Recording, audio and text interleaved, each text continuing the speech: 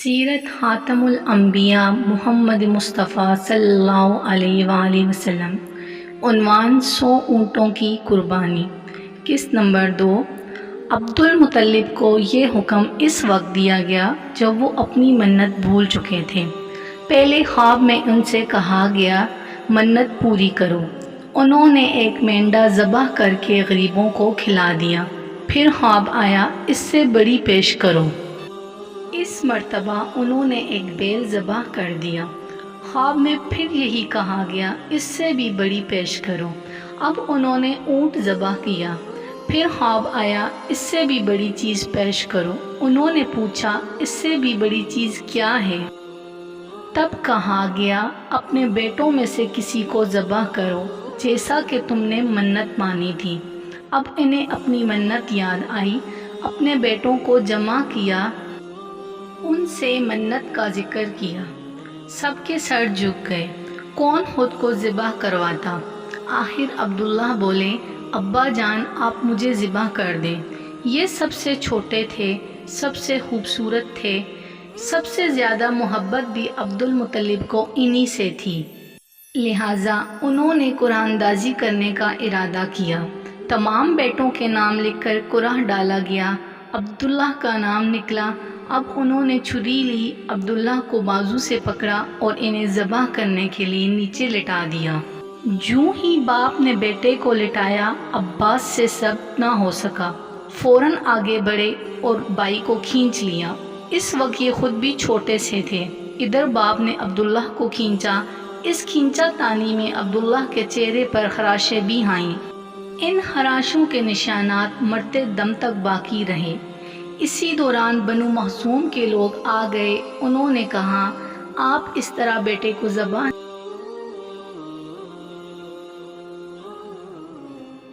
اپنے رب کو راضی کرنے کے لیے بیٹے کا فدیہ دے دیں۔ اب سوال یہ تھا کہ فدیہ کیا دیا جائے۔ اس کی ترتیب یہ بتائی گئی کہ کاغذ کے ایک ٹکڑے پر 10 اونٹ لکھے جائیں، دوسرے پر عبداللہ کا نام لکھا جائے۔ اگر 10 اونٹ والی پرچی نکلے تو 10 اونٹ قربان کر دیے جائیں۔ اگر عبداللہ والی پرچی نکلے تو 10 اونٹ کا اضافہ کر دیا جائے، پھر 20 اونٹ والی پرچی اور عبداللہ والی پرچی ڈالی جائے۔ اب اگر 20 اونٹ والی پرچی نکلے تو 20 اونٹ ذبح کر دیے جائیں، ورنہ 10 اونٹ اور بڑھا دیے جائیں۔ اس طرح 10 کر کے اونٹ بڑھاتے جائیں۔ عبد المطلب نے ایسا ہی کیا، 10 اونٹ بڑھاتے چلے گئے۔ ہر بار عبداللہ کا نام نکلتا چلا گیا، یہاں تک کہ اونٹوں کی تعداد 100 تک پہنچ گئی۔ تب کہیں جا کر اونٹوں والی پرچی نکلی۔ اس طرح ان کی جان کے بدلے 100 اونٹ قربان کیے گئے۔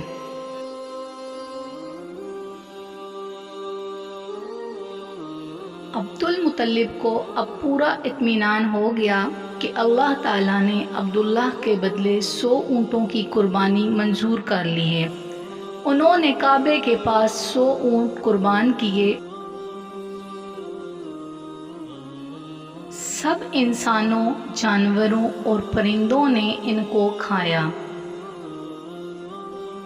امام ظاہری کہتے ہیں کہ عبد المطلب پہلے آدمی ہیں جنہوں نے آدمی کی جان کی قیمت 100 اونٹ دینے کا طریقہ شروع کیا۔ اس سے پہلے 10 اونٹ دیے جاتے تھے۔ اس کے بعد یہ طریقہ سارے عرب میں جاری ہو گیا۔ گویا قانون بن گیا کہ آدمی کا فدیہ 100 اونٹ ہیں۔ نبی کریم حضرت محمد صلی اللہ علیہ وآلہ وسلم کے سامنے جب یہ ذکر کیا گیا تو آپ صلی اللہ علیہ وسلم نے اس فدیہ کی تصدیق فرمائی، یعنی فرمایا کہ یہ درست ہے، اور اسی بنیاد پر نبی کریم صلی اللہ علیہ وآلہ وسلم فرماتے ہیں میں 2 ذبیحوں یعنی حضرت اسماعیل علیہ السلام اور حضرت عبداللہ کی اولاد ہوں۔ حضرت عبداللہ قریش میں سب سے زیادہ حسین تھے۔ ان کا چہرہ روشن ستارے کی مانند تھا۔ قریش کی بہت سی لڑکیاں ان سے شادی کرنا چاہتی تھیں، مگر عبداللہ کی حضرت آمنہ سے شادی ہوئی۔ حضرت آمنہ وہب بن عبد مناف بن زہرہ کی بیٹی تھیں۔ شادی کے وقت حضرت عبداللہ کی عمر 18 سال تھی۔ یہ شادی کے لیے اپنے والد کے ساتھ جا رہے تھے۔ راستے میں ایک عورت کعبہ کے پاس بیٹھی نظر آئی۔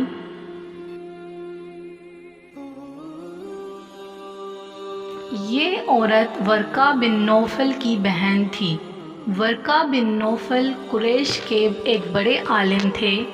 ورقہ بن نوفل سے ان کی بہن نے سن رکھا تھا کہ وقت کے آخری نبی کا ظہور ہونے والا ہے، اور ان کی نشانیوں میں سے ایک نشانی یہ ہوگی کہ ان کے والد کے چہرے میں نبوت کا نور چمکتا ہوگا۔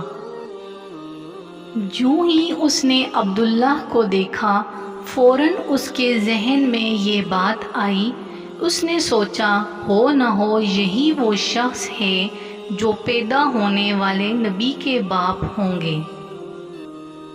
چنانچہ اس نے کہا، اگر تم مجھ سے شادی کر لو تو میں بدلے میں تمہیں اتنے ہی اونٹ دوں گی جتنے تمہاری جان کے بدلے میں ذبح کیے گئے تھے۔ اس پر انہوں نے جواب دیا کہ میں اپنے باپ کے ساتھ ہوں۔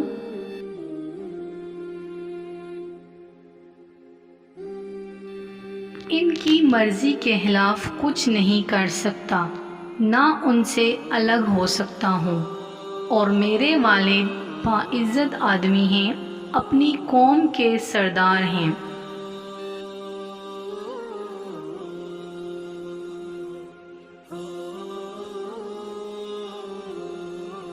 بہرحال ان کی شادی حضرت آمنہ سے ہو گئی۔ آپ قریش کی عورتوں میں نسب اور مقام کے اعتبار سے افضل تھیں۔ حضرت آمنہ حضرت عبداللہ کے گھر آ گئیں۔ آپ فرماتی ہیں، جب میں ماں بننے والی ہوئی تو میرے پاس ایک شخص آیا، یعنی ایک فرشتہ انسانی شکل میں آیا۔ اس وقت میں جاگنے اور سونے کے درمیانی حالت میں تھی۔ عام طور پر اس حالت کو غنودگی کہا جاتا ہے۔ اس نے مجھ سے کہا، کیا تمہیں معلوم ہے تم اس امت کے سردار اور نبی کی ماں بننے والی ہو؟ اس کے بعد وہ پھر اس وقت آیا جب نبی صلی اللہ علیہ وآلہ وسلم پیدا ہونے والے تھے۔ اس وقت اس نے کہا، جب تمہارے ہاں بچے کی پیدائش ہو تو کہنا، میں اس بچے کے لیے اللہ کی پناہ چاہتی ہوں ہر حسد کرنے والے کے شر اور برائی سے۔ پھر تم اس بچے کا نام محمد رکھنا، کیونکہ ان کا نام تورات میں احمد ہے، اور زمین اور آسمان والے ان کی تعریف کرتے ہیں، جبکہ قرآن میں ان کا نام محمد ہے اور قرآن ان کی کتاب ہے۔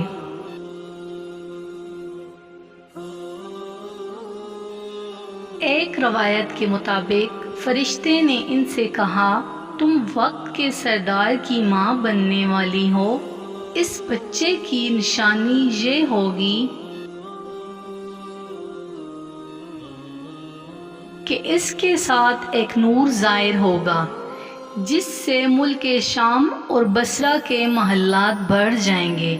جب وہ بچہ پیدا ہو جائے تو اس کا نام محمد رکھنا، کیونکہ تورات میں اس کا نام احمد ہے کہ آسمان اور زمین والے اس کی تعریف کرتے ہیں، اور انجیل میں ان کا نام احمد ہے کہ آسمان اور زمین والے ان کی تعریف کرتے ہیں، اور قرآن میں ان کا نام محمد ہے۔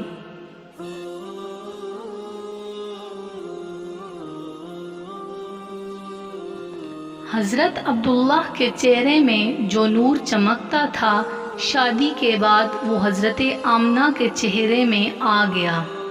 امام ظاہری فرماتے ہیں کہ حاکم نے یہ روایت بیان کی ہے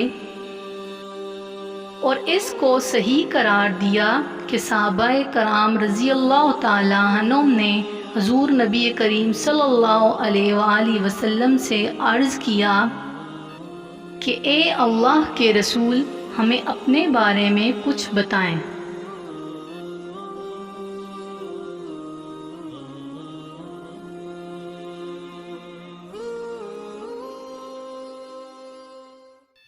آپ صلی اللہ علیہ وآلہ وسلم نے ارشاد فرمایا، میں اپنے باپ ابراہیم علیہ السلام کی دعا ہوں، اپنے بھائی عیسیٰ علیہ السلام کی بشارت اور خوشخبری ہوں۔ جب میں اپنی والدہ کے شکم میں آیا تو انہوں نے دیکھا گویا ان سے ایک نور ظاہر ہوا ہے جس سے ملک شام میں اور بصرہ کے محلات روشن ہو گئے۔ حضرت آمنہ نے حضرت حلیمہ سعدیہ سے فرمایا تھا، میرے اس بچے کی شان نرالی ہے، یہ میرے پیٹ میں تھے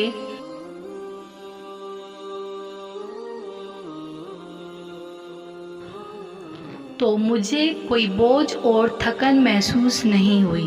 حضرت عیسیٰ علیہ السلام وہ آخری پیغمبر ہیں جنہوں نے آپ صلی اللہ علیہ وآلہ وسلم کی آمد کی خوشخبری سنائی۔ اس بشارت کا ذکر قرآن میں بھی ہے۔ سورۃ صف میں اللہ تعالیٰ فرماتے ہیں،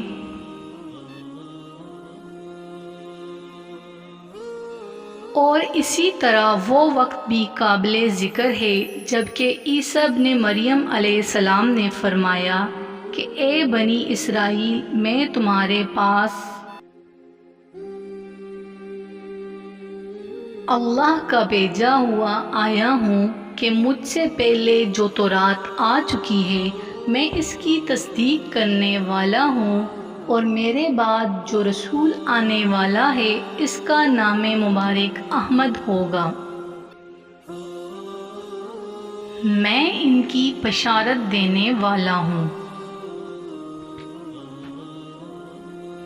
اب چونکہ حضرت عیسیٰ علیہ السلام یہ بشارت سنا چکے تھے، اس لیے ہر دور کے لوگ آپ صلی اللہ علیہ وآلہ وسلم کی آمد کا بے چینی سے انتظار کر رہے تھے۔ ادھر آپ کی پیدائش سے پہلے ہی حضرت عبداللہ انتقال کر گئے۔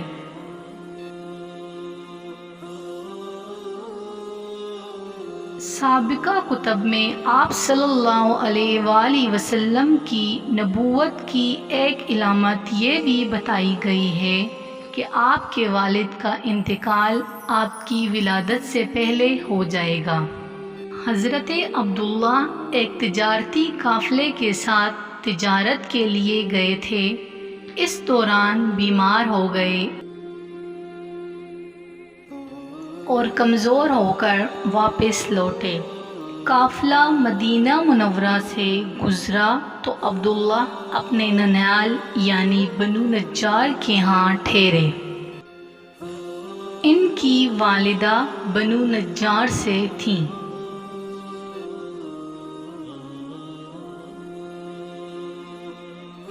ایک ماہ تک بیمار رہے اور انتقال کر گئے۔ انہیں یہیں دفن کر دیا گیا۔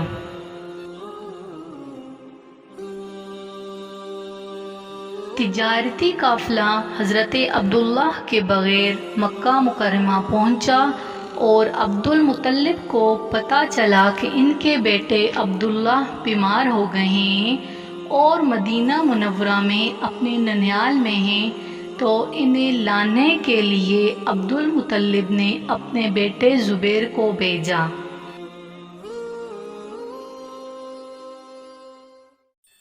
جب یہ وہاں پہنچے تو عبداللہ کا انتقال ہو چکا تھا۔ مطلب یہ ہے کہ آپ صلی اللہ علیہ وآلہ وسلم اس دنیا میں اپنے والد کی وفات کے چند ماہ بعد تشریف لائے۔